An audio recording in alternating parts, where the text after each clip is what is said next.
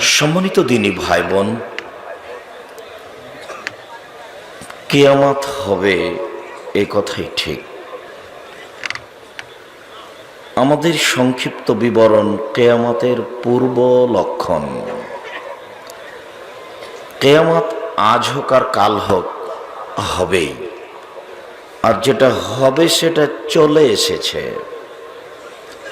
আল্লাহ তাআলা বলেন, ফাইদা জাআতিস সাখা, যখন কান ফাটানো বিকট শব্দ চলে আসবে।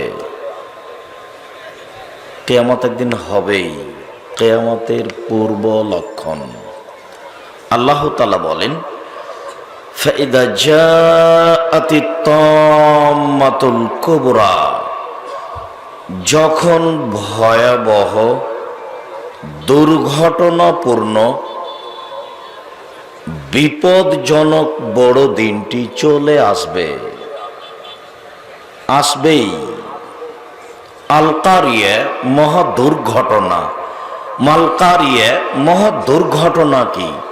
অমাদ্রা কামাল কারিয়া, মোহাম্মদ আপনি কি বলতে পারেন মহা দুর্ঘটনা কি? আমি বলি, ইয়াউমা ইয়াকুনু নাসু কাল ফারাসিল মাবশুশ, যেদিন মানুষ হবে কীট পতঙ্গের নেই। ল্যাম্প বাতির উপরে যেমন কীট পতঙ্গ আসছে জ্বলে যাচ্ছে, ও জানে না যে এটা আগুন।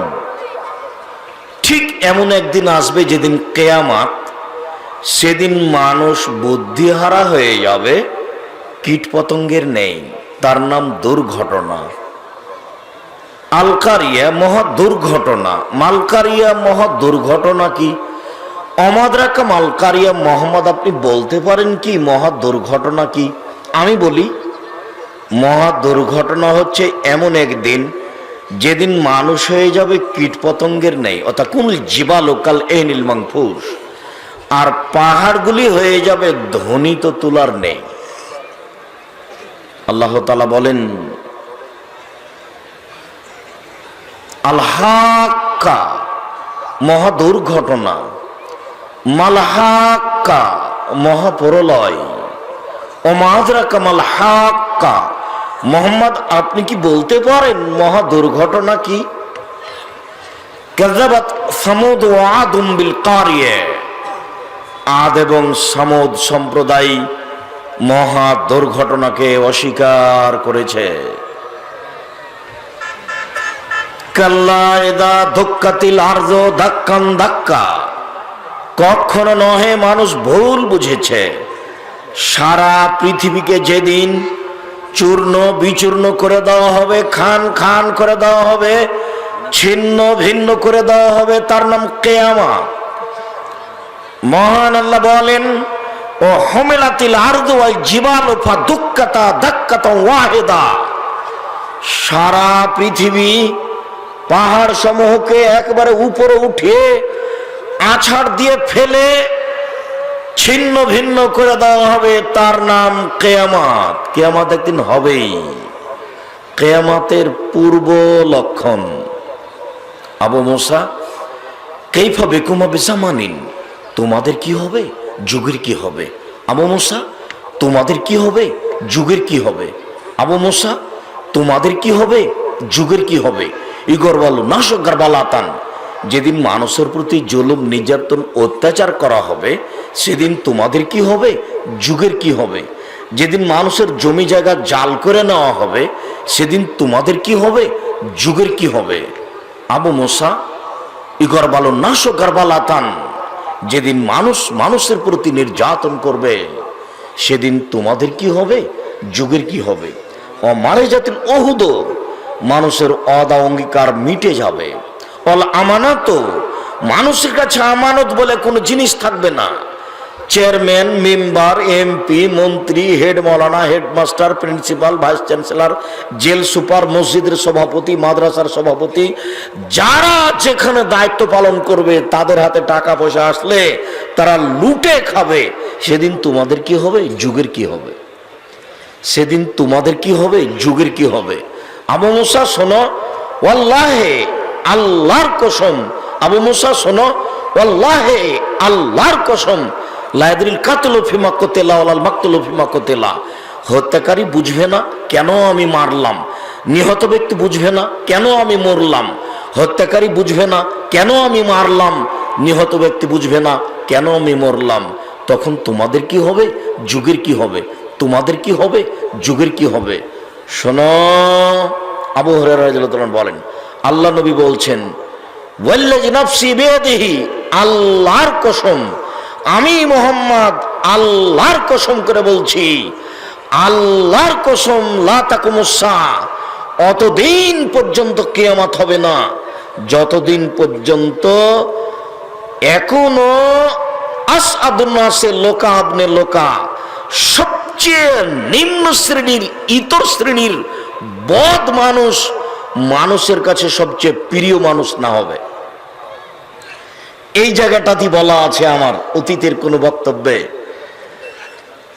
যেদিন মানুষের কাছে সবচেয়ে প্রিয় মানুষ হবে, যেদিন মানুষের নেতা হবে সবচেয়ে নিম্ন শ্রেণীর, ইতর শ্রেণীর মানুষ, সেইটা হলো রংপুর, দিনাজপুর, লালমনিরহাট, নীলফামারী, কুড়িগ্রাম, পঞ্চগড়, ঠাকুরগাঁ, জয়পুরহাট, গাইবান্ধা, বগুড়া, এইসব ডিস্ট্রিক্টের ভাষায় বেন্নার বাচ্চা বেন্না যেদিন মানুষের কাছে সবচেয়ে প্রিয় হবে সেদিন কিয়ামত হবে। সেদিন তোমাদের কি হবে, যুগের কি হবে। চাঁপাইনবাবগঞ্জ, রাজশাহী, নাটোরের ভাষায় যেদিন ছোট লোকের বাচ্চা ছোট লোক হবে সবচেয়ে মানুষের কাছে প্রিয়।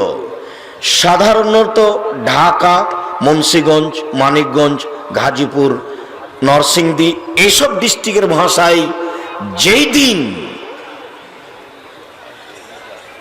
একেবারেই অধমের সন্তান, অধম ইতর শ্রেণীর মানুষ মানুষের কাছে সবচেয়ে প্রিয় মানুষ হবে, সেদিন কিয়ামত হবে। আবু মুসা, তোমাদের কি হবে, যুগের কি হবে।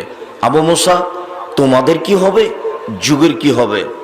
শুনে রেখো, আল্লাহর কসম, অতদিন পর্যন্ত কিয়ামত হবে না। শুনে রেখো, অতদিন পর্যন্ত কিয়ামত হবে না। হাত্তা ইয়ামুররার রাজুল আলাল কবরে, মানুষ কবরের উপর দিয়ে হাঁটবে।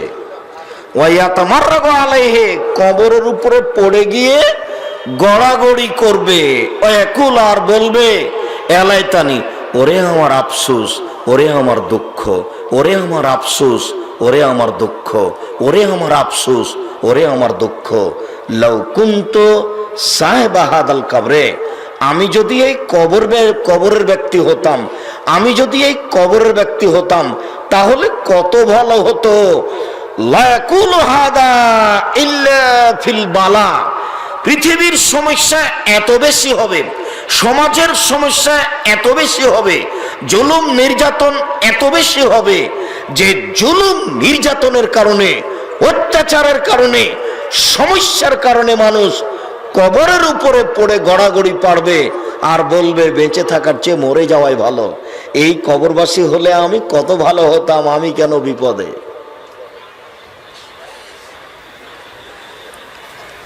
তখন সাহাবীগণ বলছেন, ফামাতা আমরনি, বলেন তাহলে কি করব। সমস্যা যদি এমন হয় তাহলে আমি কি করব বলেন। তখন আল্লাহ রাসূল বলছেন, ঠিক আছে 6টা কাজ করো। এক, আলজেম লিসানাক, মুখ বন্ধ রাখো, মুখ ব্যবহার করো না, যেটা অনেক সময় আমি আপনাদের বলে থাকি। 2, আলজেম বাইতাক, বাড়িতে থাকো, কোথাও যায়ও না। 3, খুজমা তারেফ, যেটা ভালো সেটা নিবা। 4, দামা তুনকেরো, যেটা খারাপ সেটা ছেড়ে দিবা। 5, খুজ নাফসাক, নিজেকে বাঁচাও। 6, অত্রক আমরা লাম্মা, জনগণকে ছাড়ো। এই 6টা করো। পরিস্থিতি যখন খুবই জটিল তখন মাত্র 6টা কাজ করো। 1, মুখ বন্ধ রাখো। 2, বাড়িতে থাকো। 3, ভালোটা করো। 4, খারাপটা ছাড়ো। 5, নিজেকে বাঁচাও। 6, জনগণকে ছাড়ো। 2 জন যেখানে বসে আছে ওখানে যায় না। হইচই করা, মিছিল মিটিং করা তো বহু দূরের কথা। এখন সাহাবী বলছেন, আল্লাহর নবী, আমি ঠিক আছে বুঝলাম আপনার কথা, যে দলীয় সমস্যা যখন দেখা দিবে, যখন দিনাজপুর জেলার শহরের জমি এক জমি 10 বার বিক্রি হবে ক্ষমতার দাপটে, তখন না হয় বাড়িতেই থাকলাম, বের হলাম না। কিন্তু কেউ যদি আমাকে এসে বাড়িতে মেরে যায় তাহলে কি করব? এবার নেন, কেউ যদি আমাকে এসে বাড়িতে মেরে যায় তাহলে কি করব? আপনি যেটা বললেন সেটা আমি বুঝলাম। আপনি বললেন যে মুখ বন্ধ রাখো, বাড়িতে থাকো। আচ্ছা ঠিক আছে, বাড়িতে থাকলাম। তো দলীয় ক্ষমতায় কথা, কিন্তু দলীয় ক্ষমতা ওখানে নেই। মানে জুলুম নির্যাতন এত বেশি যে আমাকে যদি বাড়িতে মেরে যায় তাহলে কি হবে? তখন আল্লাহ রাসূল বলছেন, আচ্ছা ঠিক আছে, তোমাকে যদি বাড়িতে মারতে আসে তাহলে তুমি আদমের 2 ছেলের ভালোটার মতো হয়েও। আদমের 2 ছেলের কাবিল বলল, হাবিল আমি তোকে মারবো। তখন হাবিল বলছে, তুমি আমাকে মারো মারো, আমি তোমাকে মারবো না। বুঝা গেল না মনে হয়? তাহলে আবার বলি, ভালোভাবে বুঝিনি যখন, মানে সমস্যা খুব জটিল। যেখানে সেখানে মারামারি হয়েছে, মসজিদে মারামারি, মসজিদের মেম্বার, চেয়ারম্যান, মসজিদের সভাপতি নিয়ে মারামারি লেগে গেছে। কে সভাপতি হবে? মসজিদ, মাদ্রাসা। দিনাজপুর আহলে হাদিস জামে মসজিদ দীর্ঘদিন থেকে দখলে আছে, আজকে এখন আর একজনের দখলে দেখাচ্ছে। সব জায়গায় যখন মারামারি হবে তখন তোমার কি হবে, যুগের কি হবে? তো বলেন আমি কি করব? তো তাহলে তুমি 6টা কাজ করো। মুখ বন্ধ রাখো, বাড়িতে থাকো, ভালোটা নেও, খারাপটা ছাড়ো, একাই থাকো, জনগণ ছাড়ো। আচ্ছা ঠিক আছে, ওই সময়ে কেউ যদি আমাকে বাড়িতে এসে মেরে যায় তাহলে কি করব? আপনি তো বললেন যে জনগণ ছাড়ো, আপনি তো বললেন ঠিক আছে জনগণ ছাড়লাম, বাড়িতে থাকছি, তো বাড়িতে যে কেউ যদি মেরে যায় তাহলে কি করব? তখন আল্লাহ রাসূল বলছেন, তখন তুমি আদমের 2 ছেলের ভালোটার মতো হবা। আলহামদুলিল্লাহ। আদমের 2 ছেলের কাবিল বলল, হ্যাঁ হাবিল তোকে মারবো। তখন হাবিল বলছে, তুমি আমাকে মারো মারো, আমি মারবো না। তো যদি বাড়িতে এসে মেরে যাইতে তাহলে তুমি বলিও ঠিক আছে মারো, তবে আমি তোমাকে মারবো না। এটা খুব কঠিন জিনিস। পরিস্থিতি এত জটিল হবে, সে সময় মুখ বন্ধ রাখতে হবে, এই কথাই ঠিক। দিনাজপুর জেলে 20 বছর থেকে কত মানুষ জেলে আছে নিজেই জানে না আমি কেন জেলে। তার নাম জুলুম, তার নাম নির্যাতন, তার নাম অত্যাচার, তার নাম দলীয় ক্ষমতা। সব সময় আমি একটা কথা বলতে থাকি আপনাদের, যে নত হন, জান্নাত হবে। আল্লাহ রাসূল বলছেন 6টা করো, আমি জান্নাতে নিয়ে যাব। 1, কথা বললে সত্য কথা বলো। 2, ওয়াদা করলে পূর্ণ করো। 3, আমানত যদি থাকে মসজিদ মাদ্রাসার টাকা সময়ে দিয়ে দাও। 4, জেনা করো না। 5, ক্ষমতা দেখায়ও না, নত হও। 5, দলীয় ক্ষমতা দেখায়ও না, নত হও। কিভাবে জান্নাতে নিয়ে যেতে হবে সেটা আমার ব্যাপার, নিয়ে যাব আমি। 6, বেগানা অপর নারীকে দেখে চক্ষু নিচু করো। বেগানা নারীকে দেখে চক্ষু নিচু করো, জান্নাত আমি নিয়ে যাব। এইখানে একটা কথা আমি সব সময় বলে থাকি আপনাদেরকে, আজকে এখনো বলছি। যদিও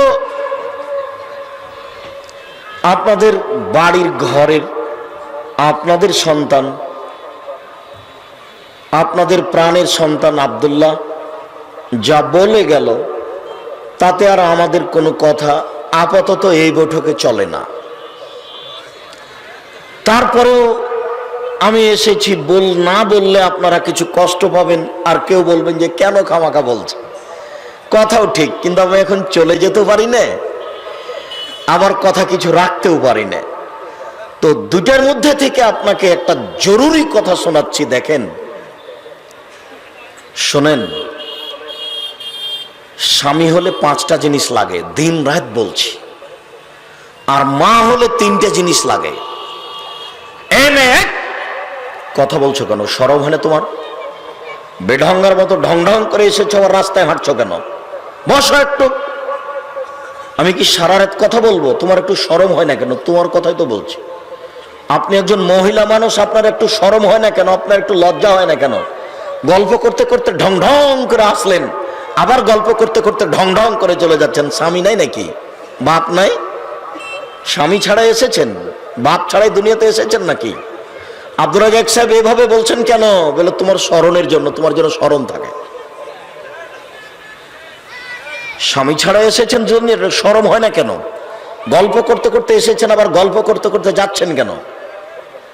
আমি তো কথা শেষ করিনি, আপনার জন্য তো আমি এসেছি। রাজশাহী থেকে এসে বসে আছি আমি আপনার জন্যই। আপনি আমাকে কি দেখাতে চাচ্ছেন? আপনি একজন মহিলা মানুষ, আপনার শরম লজ্জা হয় না কেন? আপনার হায়া হয় না কেন? আপনার ইতস্তবোধ হয় না কেন? আপনার মানবতা নাই কেন? এই সুযোগটাও আপনার কারণে পেয়েছে। দিন রাত আপনাকে আমি একটা কথা বললাম, কিন্তু আপনাকে আমি বুঝাতে পারলাম না যে পুরুষ হলে 5টা জিনিস লাগে। 1, যে মানের খাবেন বউকে সে মানের খাওয়াবেন। 2, যে মানের কাপড় পরবেন বউকে সে মানের পরাবেন। 3, বউকে কটু কথা বলবেন না, নইলে অবাধ্য হবে। 4, বউয়ের মুখের উপরে মারবেন না। 5, জরুরি প্রয়োজন ছাড়াও বাড়ির বাইরে যেতে পাবে না। চাচির বাড়ি যেতে পাবে না, খালার বাড়ি যেতে পাবে না, ফুফুর বাড়ি যেতে পাবে না, মায়ের বাড়ি যেতে পাবে না। জরুরি প্রয়োজন ছাড়াও বাড়ি ত্যাগ করতে পারে না। বাজারে যাওয়া তো বহু দূরের কথা, কমিউনিটি সেন্টারে যাওয়া তো বহু দূরের কথা। কই, আমাদের তো কোনোদিন বাজারে যায় না, তবুও তো আমরা বেঁচে আছি। আর আপনাকে তো আমি বলেছি, 90 সাল থেকে বলে আসছি, আমার মা আমার বাড়ির নাম রেখেছে মেহমানখানা। কালকে সপরিবারে চলে যাবেন, 3 মাস থাকবেন, পয়সা খরচ লাগবে না, খাবেন থাকবেন। 3 মাসের মধ্যে যদি সরিষা সমপরিমাণ পর্দার ব্যতিক্রম দেখা যায়, জাতির সামনে আর কোনোদিন কথা বলবো না। ও তো প্রতিদিনের কথা, কোনো একদিনের কথা নয়।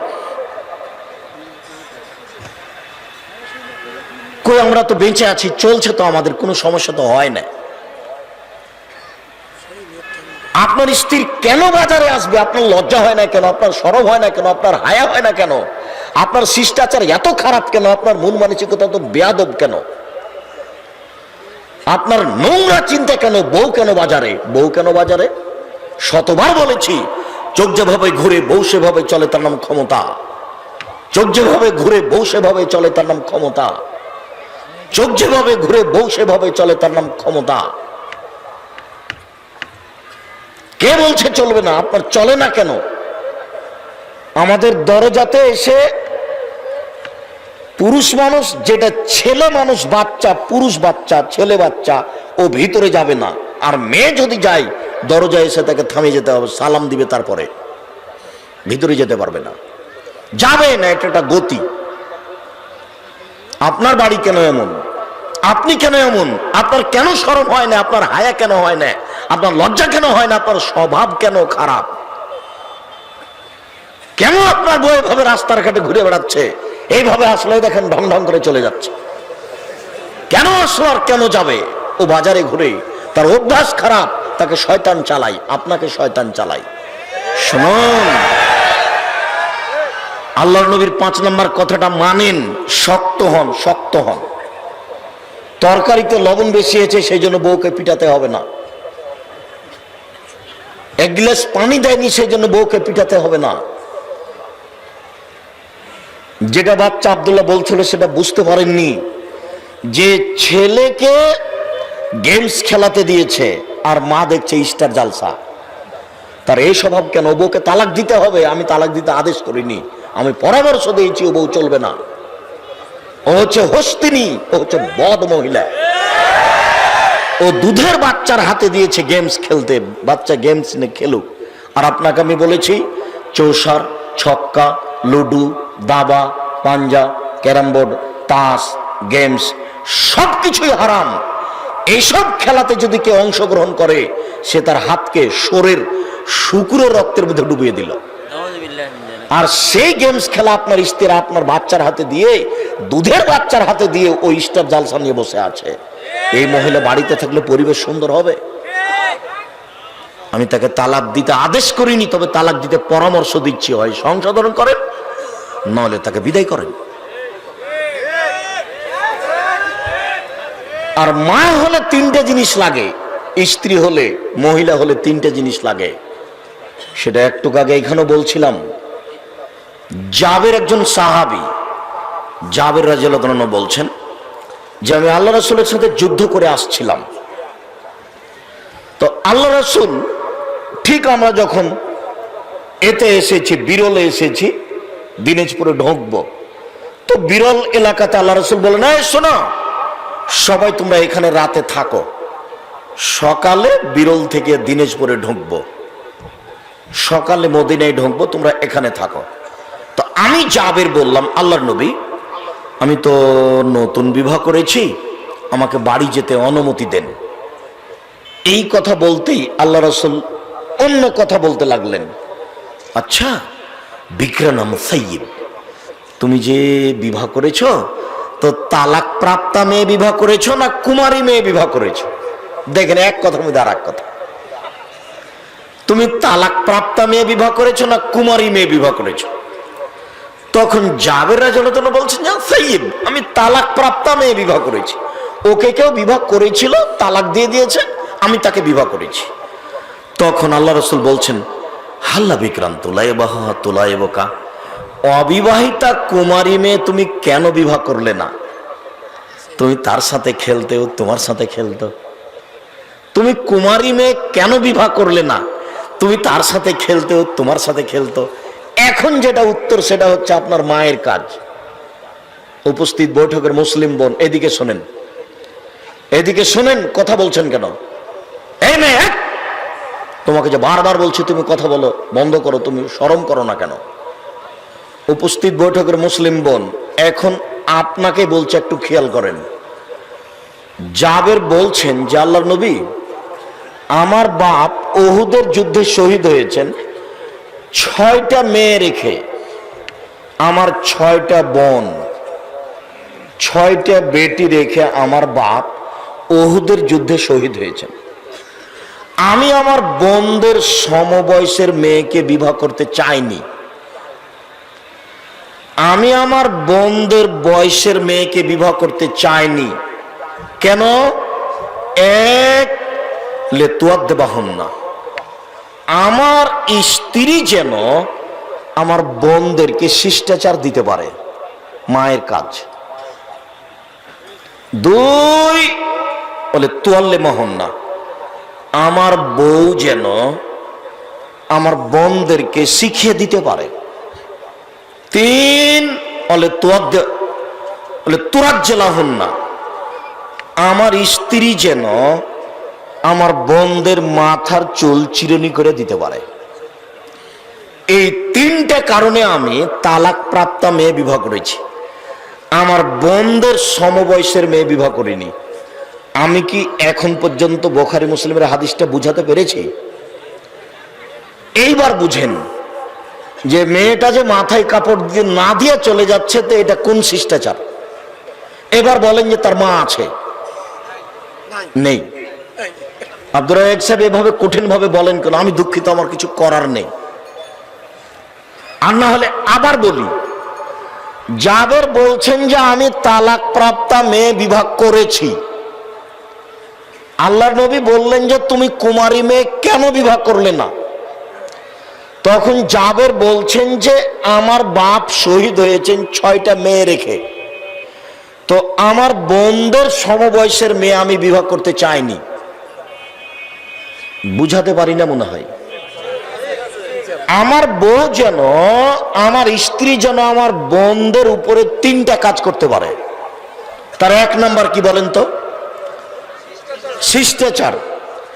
এবার বলো যুবক, তোমাকে বলছি, তোমারই বোন এই যে হাঁটছে, দেখো ওই যে,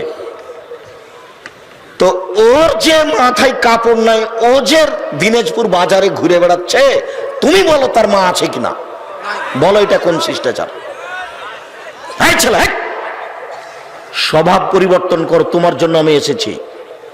মুরব্বী, আপনাকে আমি অনুরোধ জানাচ্ছি, শরীয়তকে অপমান করে জান্নাত কেনার চেষ্টা করিয়েন না। ঠিক। দেখেন, আবারও বলছি, মেয়েটার স্বভাব খারাপ হয়েছে আপনার স্ত্রীর কারণে। শিষ্টাচার আপনার স্ত্রী বুঝে না। যুবক, তোমার বউ শিষ্টাচার বুঝে না। বাপে বিবাহ দিয়েছে, স্বামীর কাছে গেছে, তাই বাচ্চা হয়ে গেছে। ওর হিসাব নিকাশ নেই যে মা কাকে বলে। মা হলে তিনটা জিনিস লাগে। এক, শিষ্টাচার। আম্মু সাবধান, কোথায় যাচ্ছ? দিনাজপুরের হিসাব খুব খারাপ। আব্দুর রাজ্জাক সাহেব দিনাজপুরের জন্য বদনাম করেন না? দিন রাত আসেন আমাদের বুকের উপরে। না, আমি ওইভাবে করিনি, তবে যেইভাবে আমি দেখি সেভাবে বলছি। জামাই এসেছে বাড়িতে, তো যুবতী মেয়েকে বলছে যে তোর দুলা ভাইকে চা দিয়াই, পানি দিয়াই, পান দিয়াই। ও তখন পানির গিলাসটা ধরে নিয়ে ওই মাস্টার ডিগ্রি পাস মেয়ে সেলিকাকে কোলে নিয়ে বসে আছে। তো এইটা শাশুড়ি দেখতে পাচ্ছে, খুশিতে গল্প করতে করতে শাশুড়ি চলে আসছে জামাইয়ের কাছে। তখনও যুবতী মেয়ে জামাইয়ের কোলে, কিছুই বলে না। আরে একটা তো বিবাহ সূত্রে দিয়েছেন, আর একটা ফাও দিলেন কেন? একটু শরম হয় না কেন? একটু লজ্জা হয় না কেন? একটু হায়া হয় না কেন? একটু লজ্জা হয় না কেন? আপনি কেমন মা, আপনি কেমন শাশুড়ি? যদি যুবতী মেয়ে যেই ঘরে জামাই আছে, যুবতী মেয়ে যদি ওইদিকে আগিয়ে যায়, তাহলে আপনার উচিত হবে, হ্যাঁ বেয়াদব মেয়ে, ওইদিকে যাচ্ছিস কেন? তুই নিজের ঘরে পড়। পানি দিব আমি, ভাত দিব আমি, চা দিব আমি, তরি তরকারি দিব আমি, জুতার স্যান্ডেল আমি দিব, চেয়ার আমি আগিয়ে দিব, পান আমি দিব, তুই ওইদিকে থাক। তার নাম মা। আমাদের বাড়িতে 4-5 ধরনের শরীয়ত বাস্তবায়ন হয়। আমার ছোট ভাই, আমরা মাত্র 2 ভাই। আমার ছোট ভাই মোস্তফা কামাল বরিশাল মডেল কলেজের শিক্ষক। এখন পর্যন্ত আমার ছোট ভাই বলতে পারবে না যে আমার ভাবির সাথে আমি মুখামুখি আমি কোনোদিন কথা বলেছি। অথচ আমার ছোট ভাইয়ের অর্ধেক জীবন আমাদের বাসায়। ও যখন আর আমি যখন খেতে বসি, আব্দুল্লাহ, আব্দুর রহমান, আব্দুর রহিম, আমি, মোস্তফা যখন খেতে বসি, তখন মারিয়াম আসতে পারে আমাদের কাছে, এই খানা পানি বহন করে। আর যখন আব্দুল্লাহ, আব্দুর রহমান, আমি থাকি, তখন আব্দুল্লাহর আম্মা খানা পানি আনতে হয়, বহন করতে হয়। আব্দুল্লাহর স্ত্রী আর পারে না। কেন? এখানে কে আছে বলেন তো? আব্দুল্লাহ, আব্দুর রহমান, আব্দুর রহিম আছে, যার জন্য আব্দুল্লাহর বউ এখানে আসতে পারে না। এখন আব্দুল্লাহর মা আসে। একটুকু আগে কিন্তু আব্দুল্লাহর মা আসতে পারেনি, তখন কে আসছিল? আব্দুল্লাহর বোন। তখন এনে খেতে বসেছে আব্দুল্লাহর চাচা, আব্দুল্লাহর আব্বা। তখন আর আব্দুল্লাহর বোন খাওয়ার নিয়ে আসছে, তখন আর তার মা আসতে পারে না। এখন আব্দুল্লাহ, আব্দুর রহমান, আব্দুর রহিম, আমি আছি, তখন আব্দুল্লাহর মা আসছে, তখন আর আব্দুল্লাহর বউ আসতে পারে না। একই বাড়িতে প্রতিদিন এরকম নিয়ম, প্রতিদিন। কোনো সমস্যা হয় না, কোনো সমস্যা আমরা বুঝতে পারি না। কেউ কাউকে হিসাবই করতে পারবে না। আর ভাবিকে মোটর সাইকেলে নিয়ে এসছো এখানে বক্তব্য শোনাতে, বেটা ধর্ম দেখাচ্ছ, একটু শরম করো না। এইভাবে কিভাবে সংসার চলবে আমি বুঝতে পারি না। আর দিনাজপুরের এই স্বভাবটা রংপুর, দিনাজপুর, লালমনিরহাট, নীলফামারী, কুড়িগ্রাম, পঞ্চগড়, ঠাকুরগাঁ, গাইবান্ধা, বগুড়া, জয়পুরহাট, এইসব ডিস্ট্রিক্টে বেশি ওই শালিকাকে জামাইয়ের হাতে তুলে দিচ্ছে মা। ও নিজে যেতে চায় না, আসার সাথে সাথে যুবতী বেটিকে বলছে যে তোর দুলা ভাইকে পান দিয়াই। পান দেওয়া অভ্যাসটা রাজশাহীতে নেই, যদিচ বিবাহের শুরু থেকে নিয়ে শেষ পর্যন্ত রাজশাহী চাঁপাইনবাবগঞ্জে একটাও জায়েজ নয়, সবই না জায়েজ, হারাম। আর গাইবান্ধা রংপুরে আরো আশ্চর্য বিবাহের পদ্ধতি। ওই মেয়েটার কাছে বিবাহ পড়াতে গেছে, মেয়ের কাছে বিবাহ পড়ানো যাবে না, মেয়ের কাছে বিবাহ পড়ানো হারাম। আর উকিল বাপ হারাম, উকিল বাপ একেবারেই হারাম, টোটালে হারাম। তো মেয়ের কাছে বিবাহ পড়াতে গেছে, চ্যাংড়া ছুল্লু সবাই গেছে ওখানে, যে কি কি করে বিবাহ পড়ালো। ওখান থেকে লোকজন এসে বর আর যাত্রী যেখানে আছে, বর যাত্রীরা এখানে এসে লোকগুলো দাঁড়ালো ভিতর থেকে, তারা দাঁড়িয়ে আছে। বসে থাকা লোকগুলি বলছে আপনারা কে? তখন দাঁড়িয়ে থাকা লোকগুলি বলছে আমরা এই বিবাহের উকিল। তখন বসে আছে যারা, তারা বলছে মেয়ে কি কবুল করেছে? তখন এরা বলছে জি কবুল করেছে। আপনারা কি শুনেছেন? জি শুনেছি। তাহলে আপনারা বসেন। মনে হচ্ছে পাগলামি কারবার। হিন্দুদের বিবাহ হচ্ছে কলার গাছের চতুর্দিকে ঘুরে, বাড়ির ভিতর থেকে এসে দাঁড়িয়ে আছে, জিজ্ঞাসা করছে মেয়ে কি কবুল করেছে। কত ঢং! মেয়ের কাছে যাওয়াই হারাম, তারপরে আবার এত কথা। যুবতী মেয়েকে মায়ে তুলে দিচ্ছে জামাইয়ের হাতে। কোন ধরনের, কোন শরম, কোন হায়া, কোন লজ্জা, বিবেচনা বলে কোনো জিনিসই নেই। আল্লাহর কসম শুনুন, আল্লাহ নবী বলছেন আল্লাহর কসম, আল্লাহর কসম, অতদিন পর্যন্ত কিয়ামত হবে না যতদিন পর্যন্ত ইয়াতাফাসাদুনা ফিত তারিকে কামা ইয়াতাফাসাদুল হামির। গাধা যেমন গাভীর সাথে মিলে লজ্জা বুঝে না, ষাঁড় যেমন গাভীর সাথে মিলে লজ্জা জানে না, গাধা যেমন গাভীর সাথে মিলে লজ্জা জানে না, ষাঁড় যেমন গাভীর সাথে মিলে লজ্জা জানে না, মানুষ তেমন রাস্তাতে খোলা মাঠে জেনা করবে, লজ্জা বুঝবে না। ঠিক ঠিক ঠিক। তার পূর্ব পর্যন্ত কিয়ামত হবে না, আল্লাহর কসম। এই কথা মুহাম্মদ সাল্লাল্লাহু আলাইহি সাল্লাম বলেন। তিনি বলছেন পৃথিবী ধ্বংসের পূর্বের লক্ষণ, সেই সত্তার কসম যার হাতে আমার আত্মা রয়েছে, আমি মুহাম্মদ আল্লাহর কসম করে বলছি, লা তাকুমুস সাআত, কিয়ামত হবে না হাত্তা তাকাল্লামাল সেবাউ আল ইনসা, যতদিন পর্যন্ত কুকুর শৃগাল বাঘ ভালুক মানুষের সাথে কথা না বলছে। রাস্তাতে আপনি হাঁটছিলেন, শৃগাল বের হয়ে এসে আপনার সামনে টপ টপ টপ টপ করে কথা বলতে লাগবে, এটা কিয়ামতের পূর্ব লক্ষণ। একটু আগে যেটা বললাম সেটা তো দিনরাত হচ্ছে, রাস্তাঘাটে হচ্ছেই। কোথায় জিয়াউর রহমান সাহেব মারা গেলেন, হাড় হাড্ডি নিয়ে সেখানে পুঁতে দেওয়া হলো, যেখানে মিনিটে লক্ষ মানুষ হাঁটে। যুবক যুবতীর উরু রানের উপরে মাথা দিয়ে ঘুমিয়ে আছে, কেউ কিছু বলে না, বলা নাকি যায় না। কেউ কিছু বলে না, বলা নাকি যায় না, বলা নাকি অপরাধ। কেউ নাকি মানুষ নেই, সবাই নাকি পশু। ঠিক ঠিক ঠিক ঠিক। যদি পশু না হয় তাহলে কেউ কিছু বলে না কেন? এটা তো অপরাধ। পাশে পুলিশ আছে, যার পাশে ওসি দারোগা আছে, যেখানে যুবক যুবতীর উরু রানের উপরে মাথা রেখে ঘুমিয়ে আছে রাস্তার উপরে। কেউ কিছু বলে না, বলা নাকি যায় না, বলা নাকি অপরাধ। কেউ নাকি মানুষ নেই, সবাই নাকি পশু। অতদিন পর্যন্ত কিয়ামত হবে না যতদিন পর্যন্ত মানুষ হিংস্র প্রাণীর সাথে মুখামুখি কথা না বলছে। আল্লাহর কসম, অতদিন পর্যন্ত কিয়ামত হবে না হাত্তা তাকাল্লামার রাজুলা উজবাত সাউতিহি, মানুষের হাতের লাঠি মানুষের সাথে top top top top top করে কথা না বলছে। অবাক! আপনার হাতে যে স্কেল আছে লাঠিটা, চট করে আপনার সাথে লাঠি কথা বলবে। কিয়ামতের পূর্ব লক্ষণ এসবগুলো লেখা আছে। এদেশে একটা বই পাওয়া যায়, মরণ একদিন আসবেই। আমাকে পাল্টা আবার কিনতে বলিয়েন না, আমি খুব কষ্ট করে বই লিখেছি। আমাদের চাঁপাইনবাবগঞ্জ দেবীনগরের এক অঙ্কের মাস্টার বলছেন, আব্দুর রাজাক তুমি এই একটা কমন কথাতে বই লিখলে কেন যে মরণ একদিন আসবে? এটা তো সবাই জানে মরণ একদিন আসবে, এইটা কি নাম দিয়েছ? আমি বললাম একটু পড়েন তো।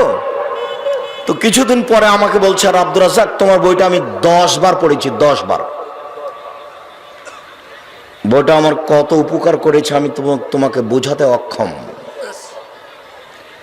ওই বইটাতে এই হাদিসগুলি আছে। আল্লাহর কসম, কিয়ামত হবে না যতদিন পর্যন্ত মানুষের হাতের লাঠি মানুষের সাথে কথা না বলছে। অসেরা কোনালিহি, জুতার স্যান্ডেল, জুতা স্যান্ডেল আপনার সামনে কথা বলতে লাগবে। জুতা স্যান্ডেল, জুতা স্যান্ডেল আপনার সাথে টপ টপ টপ টপ করে কথা বলতে লাগবে। যতদিন পর্যন্ত না বলছে ততদিন পর্যন্ত কিয়ামত হবে না। ও ইউদেশো ও ইখবেরো ফাখেজহু মা হাদাসা ইমরাতুহু বাদাহু। আপনার স্ত্রী বাড়িতে কার সাথে প্রেমের গল্প করেছে, কি কি করেছে, আপনি বাড়ি আসার সাথে সাথে আপনার উরু, আপনার রান, আপনার উরু আপনার রান টপ টপ করে কথা বলবে। আপনার বউ এই করেছে, আপনার বউ এই করেছে। আপনার উরু আপনার রান কথা বলবে। আমি বলিনি এই কথা, এই কথা মুহাম্মদ সাল্লাল্লাহু আলাইহি সাল্লাম বলেন। পৃথিবী ধ্বংসের পূর্ব লক্ষণ, বিদ্যা উঠে যাবে, মূর্খতা বেড়ে যাবে, যুগ ঘন ঘন হবে। এতাকারুজ্জামান, যুগ ঘন ঘন হবে। এই যে 2016, এই যে 17, এই তো 18, এখন নাকি 19। এতাকারুজ্জামান, যুগ ঘন ঘন হবে। অতাকসুরা আসওয়াক, বাজার যেখানে সেখানে গড়ে উঠবে। কোথায়? দিনাজপুরের বৈরচনায় যেখানে গরুর গাড়ি যেত না সেখানে বাজার গড়ে উঠেছে। পৃথিবীতে ঘন ঘন বাজার গড়ে উঠবে।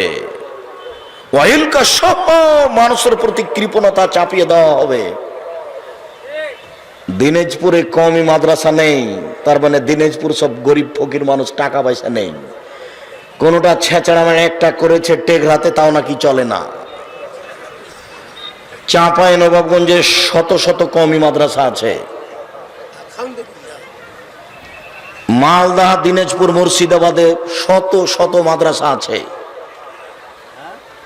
আর দিনাজপুর, পঞ্চগড়, ঠাকুরগাঁ, এই এত বড় একটা ডিস্ট্রিক্ট, তার কত বড়, তার অর্ধেক ইন্ডিয়াতে থেকে গেছে।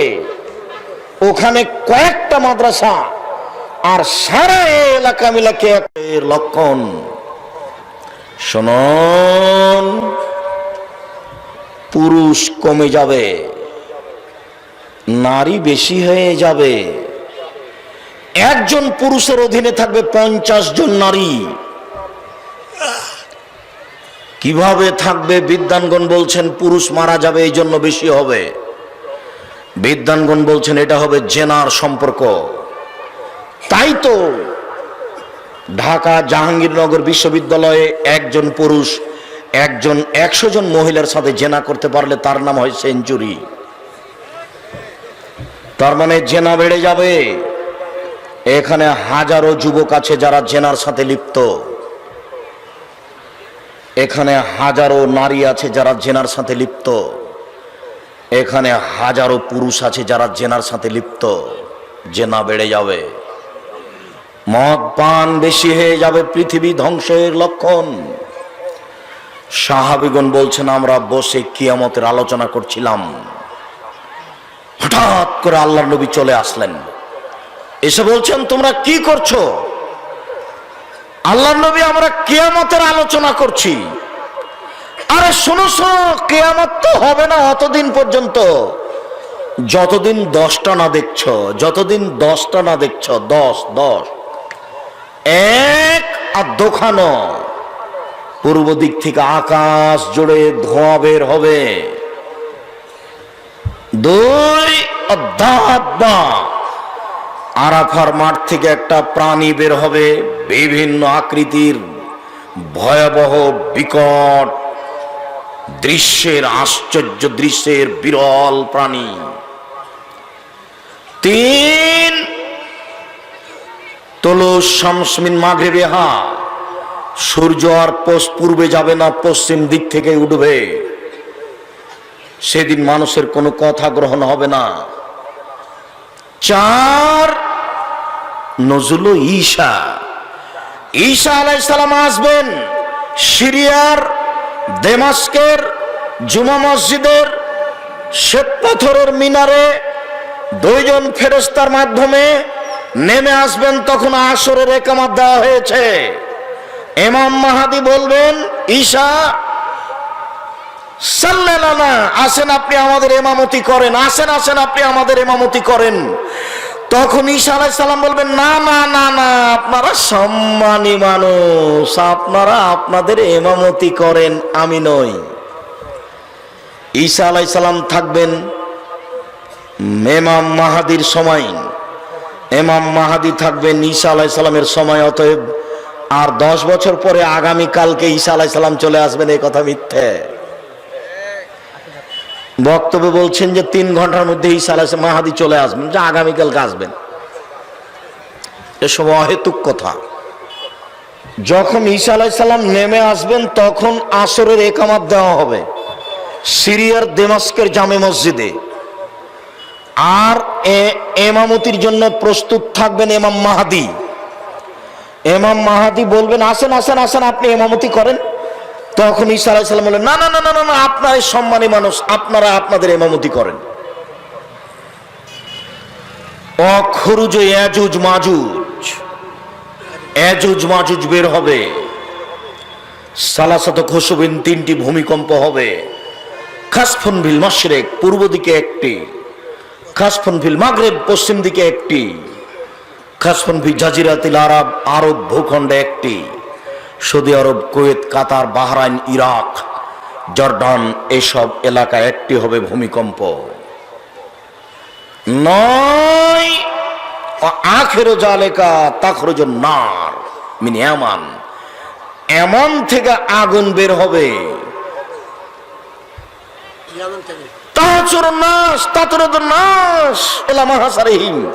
মানুষকে ঠেলে নিয়ে যাবে তাদের একাত্র হওয়ার জায়গায়। কিয়ামত যেখানে ঘটবে সেখান থেকে শুরু হবে, যেখান থেকে সেখান দিকে ঠেলে নিয়ে যাবে।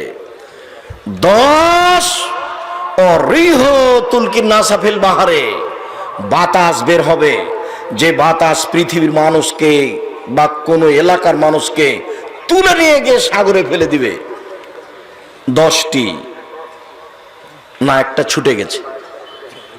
খরুজ দাজ্জাল, দাজ্জাল বের হবে। আল্লাহ রাসূল বলছেন, আমি যে তোমাদেরকে দাজ্জালের কত কথা বললাম, আমি যে তোমাদেরকে দাজ্জালের ব্যাপারে কত বললাম, খাসিতম তাআল্লাহ তাআকেলু, মনে হচ্ছে তোমরা বুঝতে পারলে না। পৃথিবীর মানুষ, মনে হচ্ছে তোমরা দাজ্জালকে চিনতে পারলে না। আমি এত বললাম তবু মনে হচ্ছে তোমরা বুঝতে পারলে না, তোমরা চিনতে পারলে না। শোনো শোনো শোনো, দাজ্জাল হচ্ছে কাসিরুন, সাইজে খাটো, আফহাজ, দাজ্জালের পাগুলি থাকবে লম্বা লম্বা, জাদুন, দাজ্জালের মাথার চুল হবে কোঁকড়া কোঁকড়া, আওয়ারুন, দাজ্জাল হবে কানা, মামসুহুল আইনে, একটি চোখ হবে লিপা, লাইসা বেনাতিয়াতিন, খুব উঠেও থাকবে না, ওয়ালা হাজরা, নিচের দিকে ডুবেও থাকবে না। শোনো পৃথিবীর মানুষ, শোনো, এত কিছু বলার পরেও যদি দাজ্জালকে চিনতে না পারো তাহলে মনে রেখো তোমাদের প্রতিপালক কানা হবে না, দাজ্জাল হলো কানা। তোমাদের প্রতিপালক কানা হবেন না, দাজ্জাল হবে কানা। এত কথা কেন? দাজ্জাল বের হয়ে বলবে, আমি আল্লাহ, এই যে জাহান্নাম, এই যে জান্নাত, আমি আল্লাহ, এই যে জাহান্নাম, এই যে জান্নাত। আকাশ বৃষ্টি দাও, একবার ঝমঝম করে বৃষ্টি হবে, মাটি শস্য গজা, একবার সুন্দর টাটকা শস্য।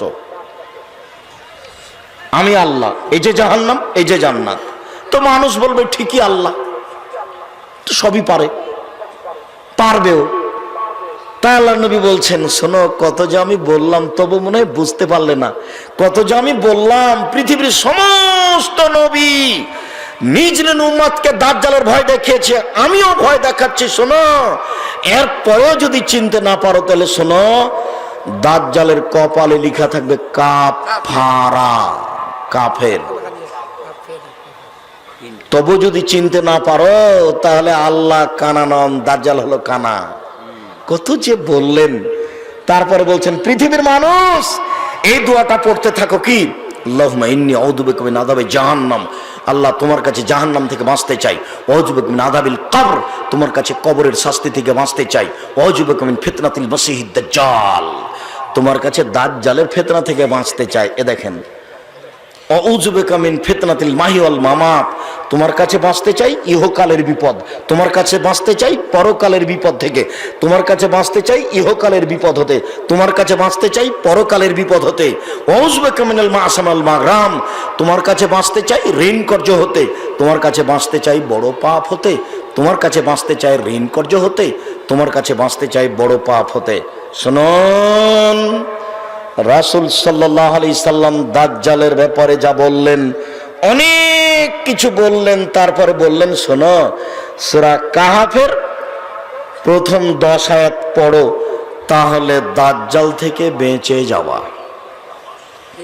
সূরা কাহাফ, কাপ নয়, কাহাফ বানি ইসরায়েলের পরে সূরা কাহাফের প্রথম 10 আয়াত পড়বেন প্রতিদিন সকালে বা জুমার দিন সকালে, তাহলে দাজ্জালের ফিতনা থেকে বেঁচে যাবেন। আর আমি তো ওইভাবে বলতে পারি না, আর এখন বলতে পারছি না। আব্দুল্লাহর একটা বক্তব্য আছে, হিজবুত তাওহীদ, ওরা বলছে আমেরিকা, লন্ডন, ইহুদি খ্রিস্টান এরাই দাজ্জাল। এটা একবারে নগদ মিথ্যা কথা। ওই হিজবুত তাওহীদ আলোচনাতে খুব বিস্তারিত দেওয়া আছে। আমি কিয়ামতের পূর্ব লক্ষণের সংক্ষিপ্ত কথা বলে বিশেষভাবে দাজ্জালের বিষয়টি খুব সতর্কবাণী পেশ করে আজকের মতো দাজ্জালের বিস্তারিত বিবরণ না দিয়ে, দাজ্জালের কোনোদিন আমি বসতে বলে দাজ্জালের বিবরণ দেওয়া আছে, এরপরেও জুমার খুতবা থেকে দাজ্জালের বিস্তারিত বিবরণ শোনার অনুরোধ রেখে বলছি। কয়েকটি অনুরোধ। তার 1 নম্বর অনুরোধ, 5 ওয়াক্ত জরুরি ভাবে সালাত আদায় করবেন, অন্তত ফরজ। 2, হালাল রুজি উপার্জন করবেন, যৌতুক ফেরত দিবেন আগামীকাল সন্ধ্যা হতে হতে। 3, কোরআন মাজিদ পড়বেন 24 ঘন্টায় একবার, অন্তত সূরা ইখলাস, অন্তত সূরা ইখলাস। সূরা ইখলাস যদি 3 বার পড়েন তাহলে কি হবে? একবার কোরআন মাজিদ পড়ার সমান নেকি হবে। 30 পারা কোরআন মাজিদ বাংলাদেশের শতকরা 99 জন মানুষ সারা বছরে একবার পড়ে না। আর সূরা ইখলাস যদি 1 মিনিটে 3 বার পড়েন তাহলে একবার কোরআন মাজিদ পড়ার সমান নেকি। খালি নেকি লুটে নেন, মানুষ একটু বুঝে না, নেয়ও না। জরুরি ভিত্তিতে কোরআন মাজিদ পড়ার জন্য অনুরোধ জানাচ্ছি। 4, 15 শাবান পর্যন্ত একটানা শাবানের রোজা সিয়াম থাকতে হবে। শাবানের সিয়াম রোজা, শাবান মাসের 15 শাবান সিয়াম থাকা নগদ মিথ্যা কথা। বাৎসরিক রিপোর্ট পেশ করা হয় কোন কোন দিনে? বৃহস্পতিবার আর সোমবার। আর বাৎসরিক রিপোর্ট পেশ করা হয় শাবান মাসে, তবে কোন দিন তা আল্লাহর নবী জানতেন না। এই জন্য বেশি বেশি শাবান মাসে সিয়াম থাকতেন। প্রতি বৃহস্পতিবার সোমবার সিয়াম রাখার জন্য অনুরোধ জানাচ্ছি। একটানা শাবানের 1 তারিখ থেকে 15 তারিখ পর্যন্ত সিয়াম রাখার জন্য অনুরোধ জানাচ্ছি। আল্লাহ নবী বলছেন, আমার মন চায়, আমার যখন রিপোর্টটা আল্লাহ দেখবে তখন দেখুক যে আমি সিয়াম আছি, আমার মন চাই। এই জন্যই তো আমি বৃহস্পতিবারে সিয়াম থাকি আর সোমবারে সিয়াম থাকি। এই জন্য তো আমি শাবান মাসে বেশি বেশি থাকি। কোন দিন যে রিপোর্ট হয় তা তো জানি না, তাই বেশি থাকি। দেখুক, বাৎসরিক রিপোর্টের সময় দেখুক যে আমি সিয়াম আছি। দেখো দেখো, তুমি আমার রিপোর্ট দেখো, আমার সিয়াম অবস্থায় দেখো। দেখো বৃহস্পতিবার রিপোর্ট, সিয়াম অবস্থায় দেখো। দেখো সোমবারের রিপোর্ট, সিয়াম অবস্থায় দেখো। আমি ভালোবাসি। তাই নফল সিয়াম থাকবেন, 1 থেকে নিয়ে 15 দিন পর্যন্ত সিয়াম থাকার চেষ্টা করবেন। 5ম জরুরি কথা, জামিয়া সালাফিয়া ডাঙ্গিপাড়া পাওয়া রাজশাহী, জামিয়া সালাফিয়া রূপগঞ্জ নারায়ণগঞ্জ ঢাকা, এই প্রতিষ্ঠানের জন্য বেশি না পারলেও এই বাক্যটা বলবেন, আল্লাহ তুমি একটু আব্দুর রাজাক সাহেবের এই প্রতিষ্ঠান কবুল করো। বাস এটুকুই আমার দাবি। আমার বড় আশা এইসব প্রতিষ্ঠানের মাধ্যমে উচ্চ শিক্ষা, বাংলা, ইংরেজি, আরবি এর মাধ্যমে অন্যায়ের বিরুদ্ধে লড়বো, মুখে কলমে মিডিয়াই ইনশাল্লাহ লড়বই ইনশাল্লাহ। এখন এই দুইটা প্রতিষ্ঠানে প্রায় ২৫০০ ছেলে মেয়ে পড়াশোনা করে। আলহামদুলিল্লাহ। ১১৫-২০ জন শিক্ষক শিক্ষিকা অবস্থান করেন, যাদের প্রতি মাসে বেতন লাগে ১২,১৫,০০০। এই প্রতিষ্ঠানের মুখপাত্র পত্রিকা হচ্ছে মাসিক আল ইতেশাম পত্রিকা। পৃথিবীর প্রত্যেকটা বাঙালির কাছে আমার অনুরোধ থাকছে বাংলা এই মাসিক আল ইতেশাম পত্রিকা পড়ার। আমি বলে গেলাম, কেউ যেন বলতে না পারে যে আব্দুর রাজাক সাহেব আমাদেরকে বলেননি। এইটুকু যেন কারো বলার সুযোগ না থাকে, তাই আমি বলে যাচ্ছি। সাথে সাথে বলে যাচ্ছি যে এই দেশে মিথ্যে বইয়ে পরিপূর্ণ। বইয়ের নাম হলো কি করলে কি হয়, কি করলে ছাই হয়, কিছুই হয় না। বইয়ের নামই শিরক। মুকশেদুল মুমিনিন বই মানুষের ঘরে ঘরে, তার কত মিথ্যে। ১৩০ ফরজ মানতে হবে, সেখানে আছে। ওই বইয়ে আছে ভরা পেটে স্ত্রী মিলন হলে ছেলে ভ্যাংচা হয়। ওই বইয়ে আছে ভরা পেটে স্ত্রী মিলন হলে ছেলে টেরা হয়। ওই বইয়ে আছে মুকশেদুল মুমিনিনে চন্দ্রগ্রহণের সময় স্ত্রী মিলন হলে ছেলে কানা হয়। একবারে নগদ ডাহা মিথ্যা কথা। আল্লাহ বলছেন, তোমাদের স্ত্রী তোমাদের জমি, তোমাদের স্ত্রী তোমাদের ক্ষেত, তোমরা তোমাদের স্ত্রীদের কাছে আসো তোমাদের ইচ্ছে মতো, সকালে কি, বিকালে কি, দুপুরেই কি, ভরা পেটেই কি, চন্দ্রগ্রহণ লাগলেই কি আর না লাগলেই কি। সেখানে বইয়ে মানা করে। যার কারণে আপনাদেরকে আমি অনুরোধ জানাই, এইসব বইগুলি নিতে। বিশেষভাবে মহিলাদেরকে বলি যে আব্দুল্লাহ আম্মার এই বইটা পড়ুন, কেন নির্যাতন কি তার প্রতিকার। বইটা পড়ুন, শিক্ষা বনাম জাহেলিয়াত। আর বুখারীতে কোনো জয়ীফ হাদিস আছে কিনা